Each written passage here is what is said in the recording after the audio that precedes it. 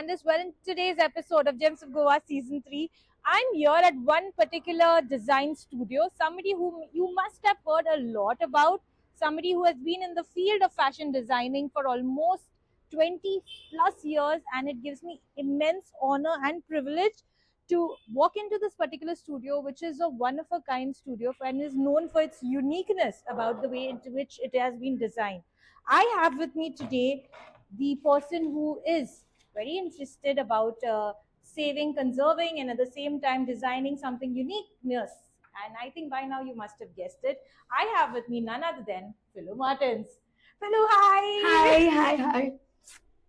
Good to see you. Same here. And it's an honor and privilege to have you with us in this particular show of Gems of Goa. Thank you so much. It's lovely to be a gem of Goa. Indeed. I think you've been into this business for quite some time. So Sort of, yes. yeah, and I think you've done some remarkable things, and I think the audience is also aware about the name. You've created a brand of yourself now altogether. So to begin with, give us an insight about how it all started. So basically, as a child, what happened was I've seen a lot of creativity. Mhm. I've seen a lot of color. Mhm. My grandmother was a florist who used to make this beautiful flower designs, flowers to, sell it to this brides and give it to this Davids and Company. She used to sell there. So I've seen them doing these petals and using different colors, bold colors. Okay. And plus, to add to it, my grandfather was a suit maker. So Wow. Okay. That's back in Bombay, back in the days. Uh-huh. He used to make clothes for the exterior film stars, suits especially, men's thing. Okay. So probably somewhere down the line, I picked it up in my subconscious, and I always like to work with fabrics and some accessories over the fabrics, and that's how it kind of got developed into doing clothes. Wow. Yeah. So, but then how did you think, you should get into this field seriously? Like, of course, these all the things have added up, but when did you say, this is the moment and I'm supposed to be there? So tell me about that. So what happened was, when I finished my 12th grade, Uh-huh. I managed to get into Nehru University in Belgaum for medicine. Okay. Which was a great thing. Yes. Okay. So it was a great thing. But then I realized that, there is no chance I'm doing it, because I never had the interest. In fact, I used to not like, like I'm a type of person, I like to do what I enjoy doing. So I realized that's not me, and I went and I answered an entrance exam in Bombay at the Sapphires, and I got through it. Wow. Yes, and of course, I should mention a friend of mine, Alisha, was very close to Wendell Rodriguez at that time, when I wanted to apply to a particular college, because I had no clue. We did not have internet. We couldn't Google stuff like colleges and see where is the best college I can go and which is favorable towards me. So what I did was, I took help of this friend of mine, Alistair Miranda. Okay. And he took me to Wendell, and Wendell guided me which are the colleges I should look at and what is going to be asked for the entrance exam.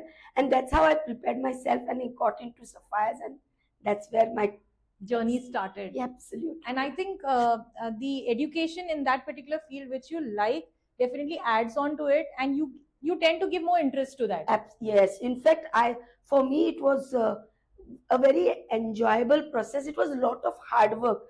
I don't remember if I've slept a complete night when I was studying fashion designing, because we had so many assignments and we had to sketch. Today there is an iPad and there is already an inbuilt app for croquis where you can just dress them up, and in seconds you can have like 10 to 12 designs ready. But we had to do each individual, like if you had to submit one design, we had to kind of make 100 sketches, out of which maybe one or two would be selected by the teacher.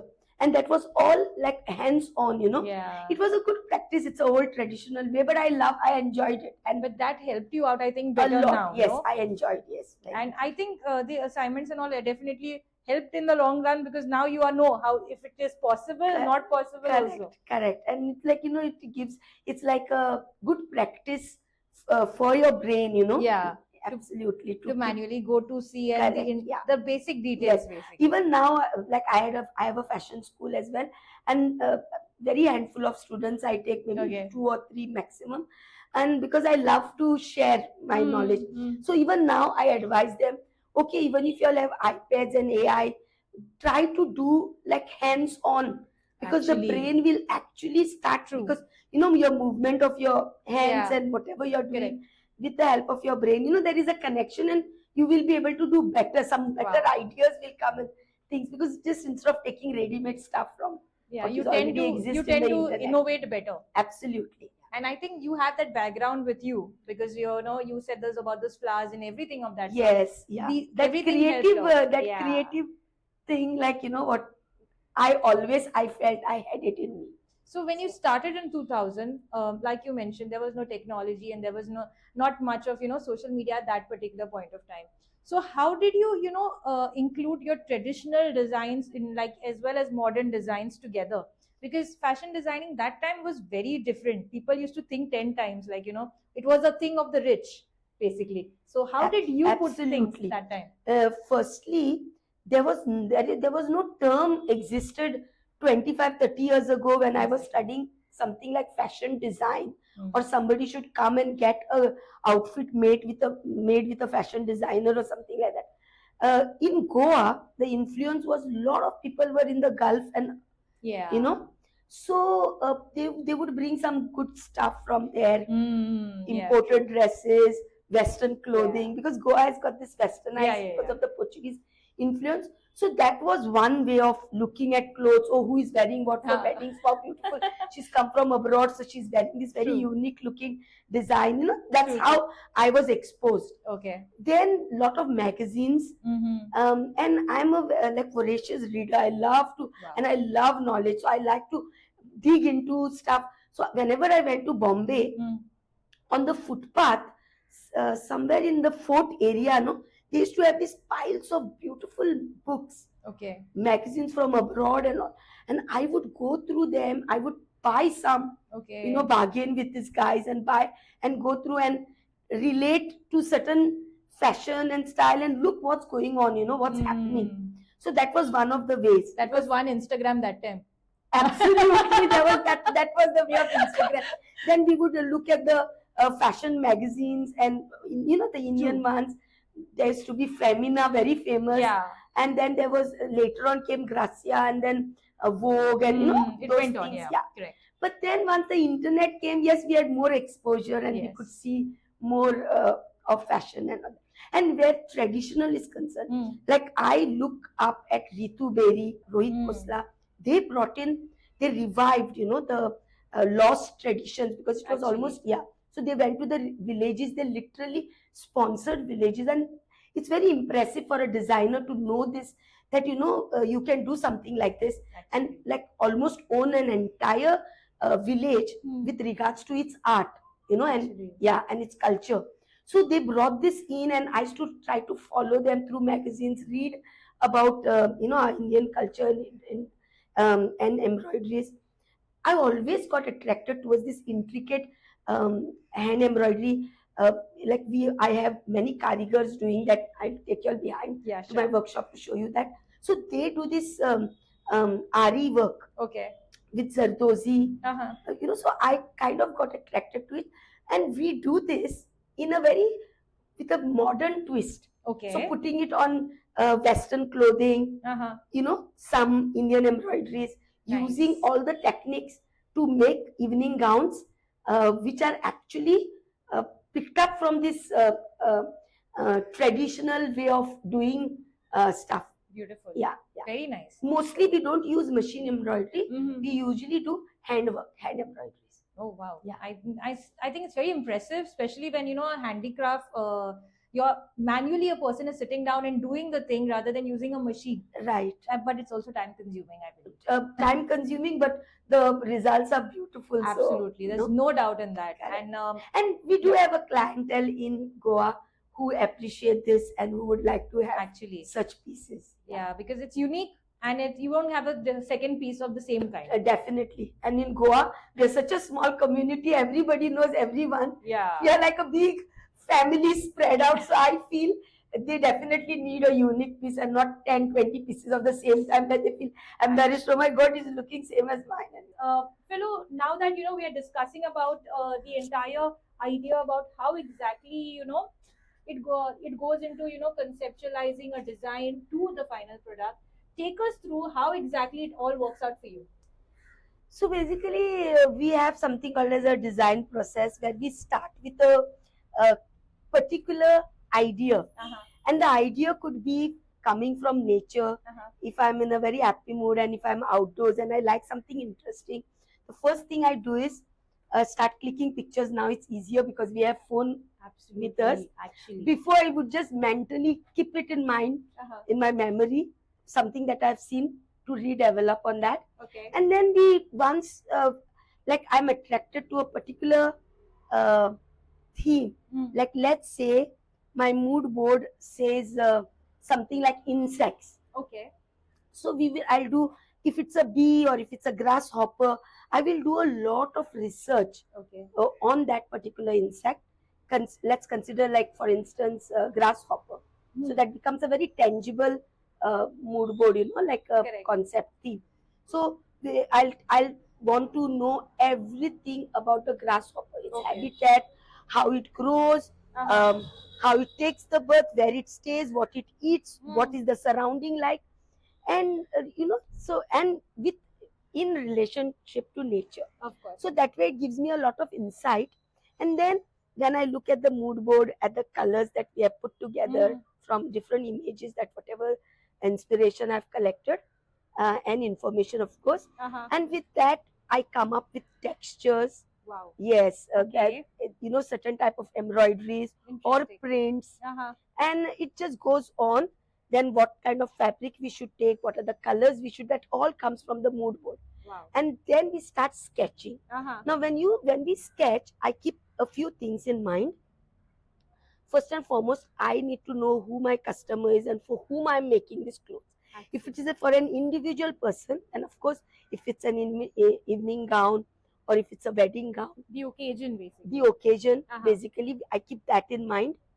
If it's a general collection, which I'm trying to have like a summer collection with this particular theme and inspiration, then we go ahead and we start looking out for trend focused, like what are the silhouettes which are in right now. Okay. So that we don't go off, but at the same the styling, and we are in trend with regards to certain types of textures, flows, silhouettes, and incorporate it in my inspiration board, and then start sketching with the help of the inspiration.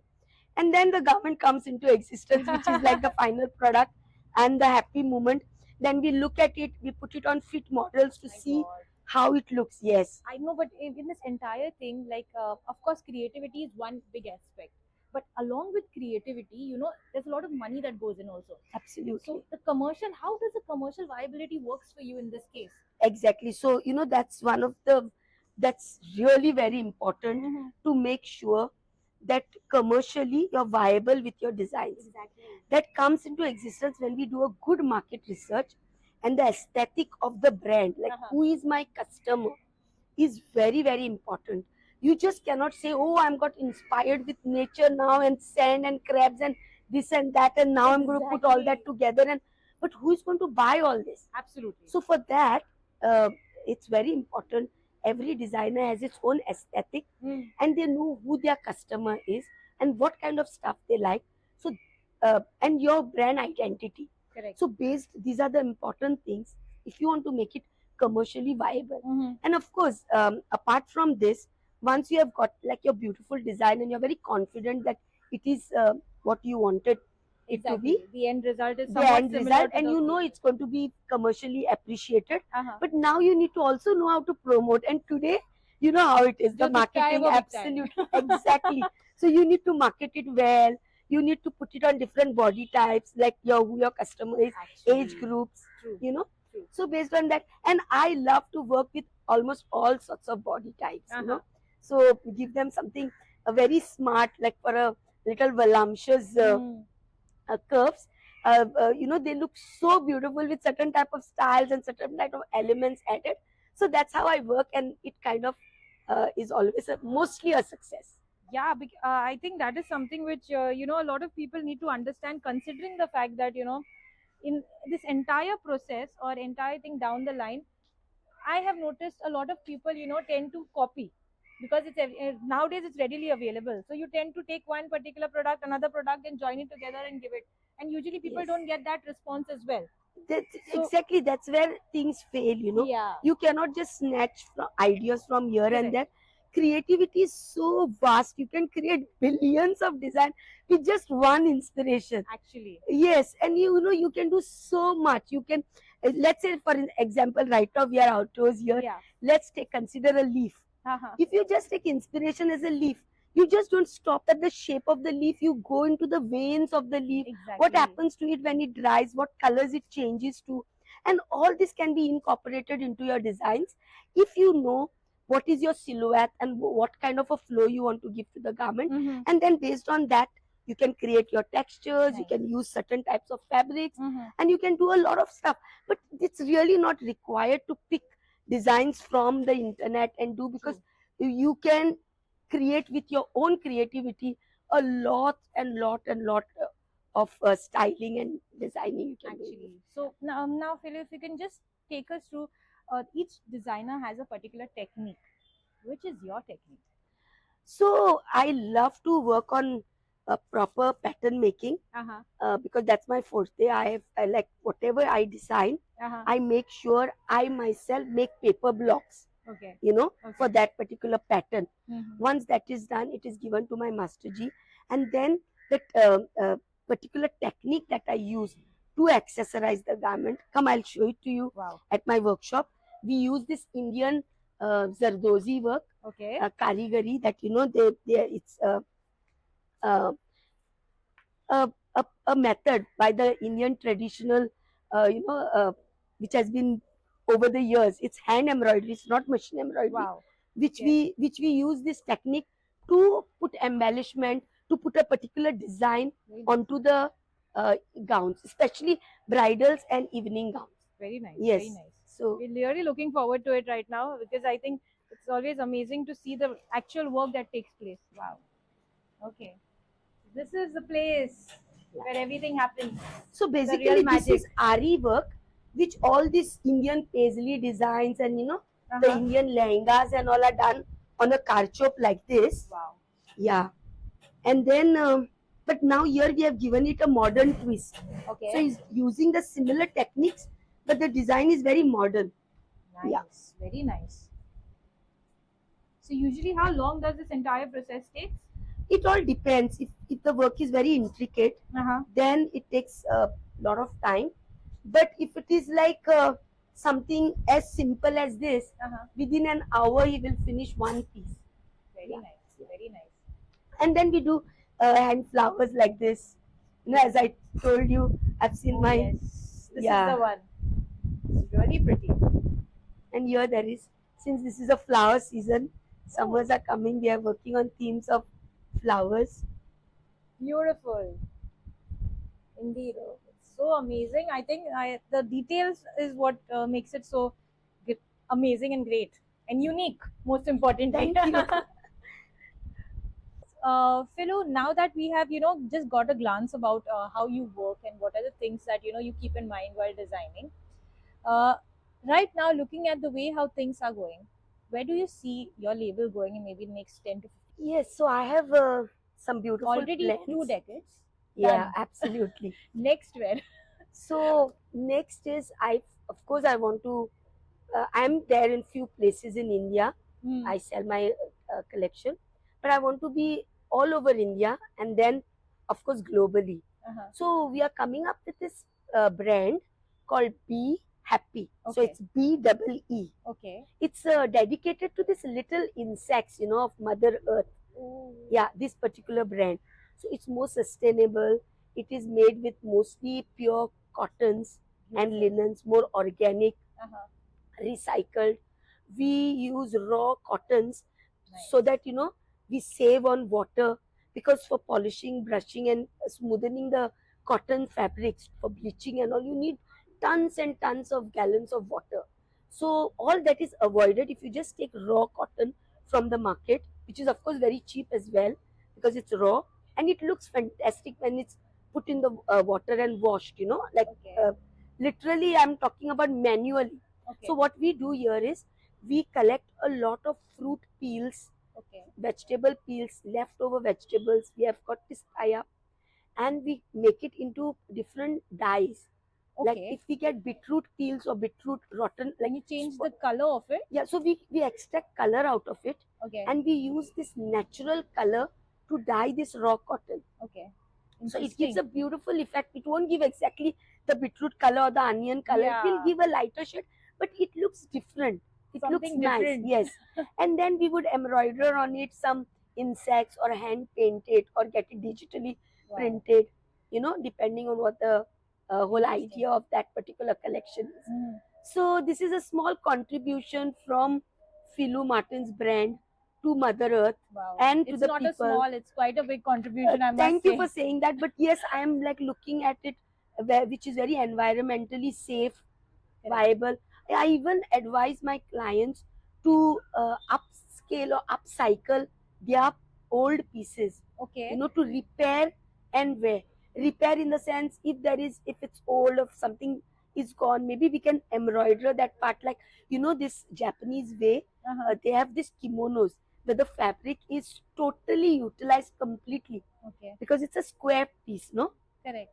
So that's how kimonos, and they're very sustainable. Plus they are made with pure silk, woven beautifully, and they are handed over to the next generation.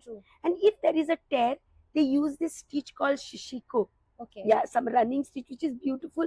It adds to the embellishment. It looks beautiful, and at the same time you have your kimono intact. So I am trying to put these ideas to our modern clothing. Very nice. And help people like certain pieces to manage to have them give it to their kids and to their grandchildren or whatever, with respect to evening gowns or saris or whatever that they make.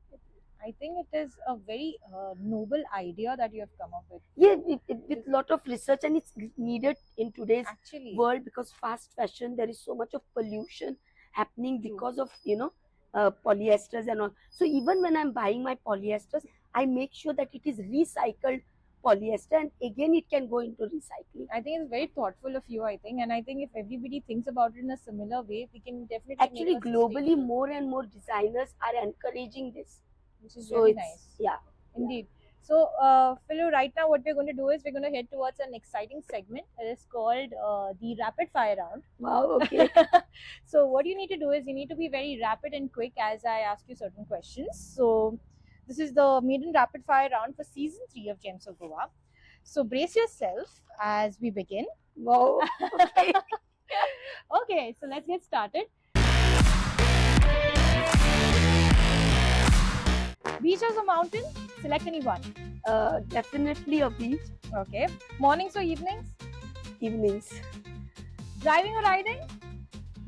Driving and driving. I love driving. Okay. Summers or winters? Summers. I love summers. I don't like to feel cold. Okay. So if you were not a fashion designer, then what would you be? I would be either a driver or a dancer. Driver or a dancer? Okay. Yes. I would love to drive a truck. I would love to drive the most sophisticated vehicle. I love driving. I enjoy. I get inspired, and I put on my loud music if I'm alone, and I dance and shy. Interesting. So we know that if there's any other profession that she can look out for, is already sorted. What's your favorite holiday destination? Anywhere where it's full of nature. I'm free. Like my next thought goes to Bali. Aha, interesting. Okay. So if you wake up one particular morning and you discover that you're the CM of Goa, what is the one thing that you would like to do? Finance all the designers and manufacturers where my clothing is concerned, and of course work on sustainable clothing as one of the segment, because that's close to my heart. Apart from that, bring in lot of understanding, maybe try to do zero corruption. Yes. Okay, I think you did amazing in the maiden rapid fire round, Philu. Thank you. Am I getting something? Yes, definitely. Maybe post it. So yes, Philu, right now, before you leave, I think this was an amazing interaction with you. But Thank you. before you leave, any particular message that you would like to give to the people watching? Yes. So, especially to the young designers, I feel that when they are designing or when they are launching themselves as designers, it's very important to identify them as who they are as a designer, Yeah. so that they can give the right message through their clothing to the right type of uh, client, people, like who my customer is. Their design aesthetics is very important. Correct. To know what exactly they want to give out to the world, and always keeping in mind, as of today, because of so much of we are the second highest pollutants, Yeah. clothing industry. Oh. So keeping in mind sustainability, keeping in mind environmentally friendly clothes, I think more than money. And of course, they should know how to make their money. Of course, today everyone knows how to make money. That's not even like a big issue. But uh, keeping in mind what, when they gain something, what they want to give back to nature, to the universe. You know, Definitely. heal the world. That's exactly what I. Indeed, I think that is something really amazing. Philo, your thought process is very interesting, and I think that is what makes it really beautiful Thank about you. the entire designing that you have come up with. And I think it's not just going to be here for maybe 2 or 3 decades; it will be here for lifetime. I'm definitely sure about that. Wow, thank you for that blessing. That feels Indeed, good. thank you so much, Philo, for taking time off and talking Thank to us. you. It was Thank you. great Thank having you you, on the Goa. show. Yes, so that was Philu Martins, and indeed a wonderful idea that she's coming up with, and her brand has been taking to not just outside Goa but also outside India and maybe globally in days to come. And it gives us immense honor and privilege to bring before you such beautiful gems who have been creating history in the entire state of Goa and being from Goa. So yes, keep watching your favorite show, Gems of Goa. Keep watching Thank you. Prime TV. Yeah.